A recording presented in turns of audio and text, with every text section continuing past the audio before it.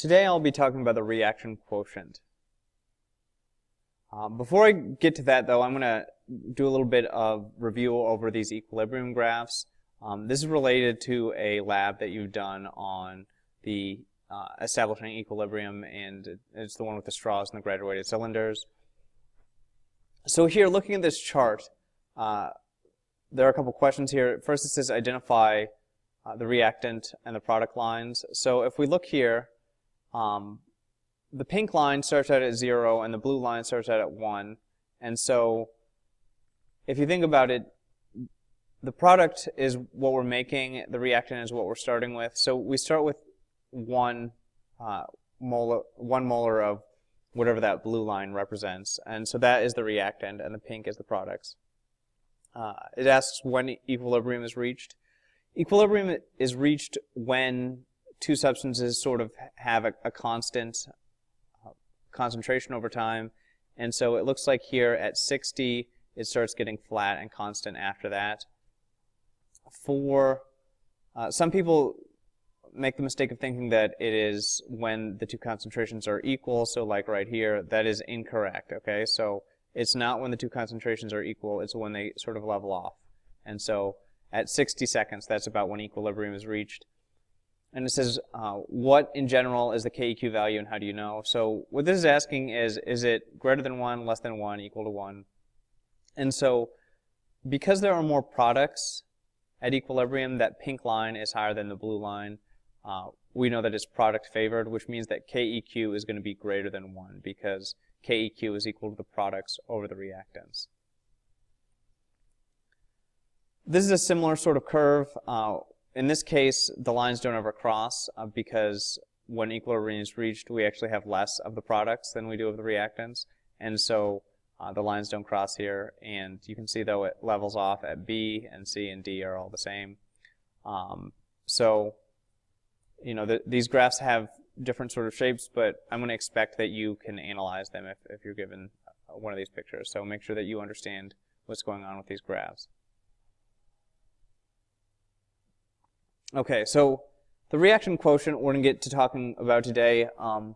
So what it is it's a test to see if a reaction is at equilibrium. And before I go on any further, I'm going to say it's calculated exactly the same way as KEQ is calculated, but it's not the same thing, because the big thing with KEQ is that it is at equilibrium. And so how we get a KEQ is a scientist will look at a reaction, the scientist will monitor the progress of the reaction over time, measure the concentrations of the products and the reactants, and once they stabilize, once they stop changing, then the scientist will do the KEQ calculation and say, all right, this is the ratio between the products and the reactants when it's at equilibrium. And so I can't reiterate it enough, but KEQ is at equilibrium. This Q, calculated in exactly the same way, is a test to see if we're at equilibrium. And so we don't know if we're at equilibrium or not, and that is the big deal with Q.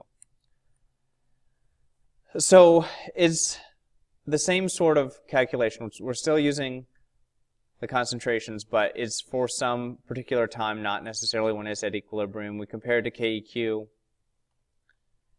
And then if Q equals KEQ, that test comes back and says, all right, then it is at equilibrium because the concentrations are at the right level so that the ratio ends up working out. So we're at equilibrium. Now,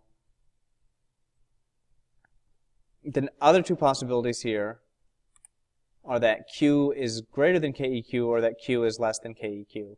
Now, if you remember, Q and KEQ are both calculated by putting the products over the reactants. And so if Q is too large, that means the numerator is too large, the denominator is too small, or the top of the fraction is too large, the bottom of the fraction is too small.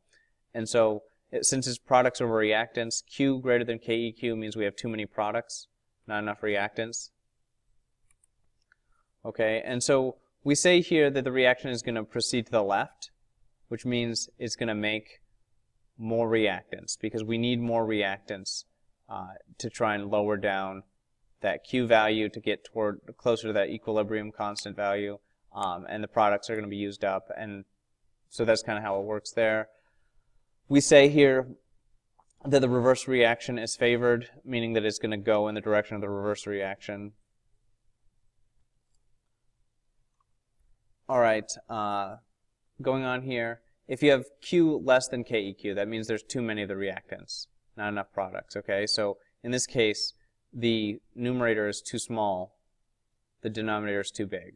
All right, Q is very small, it's smaller than it should be. And so what happens here is we need to make more products and consume some of those reactants. All right, so we consider that the forward direction.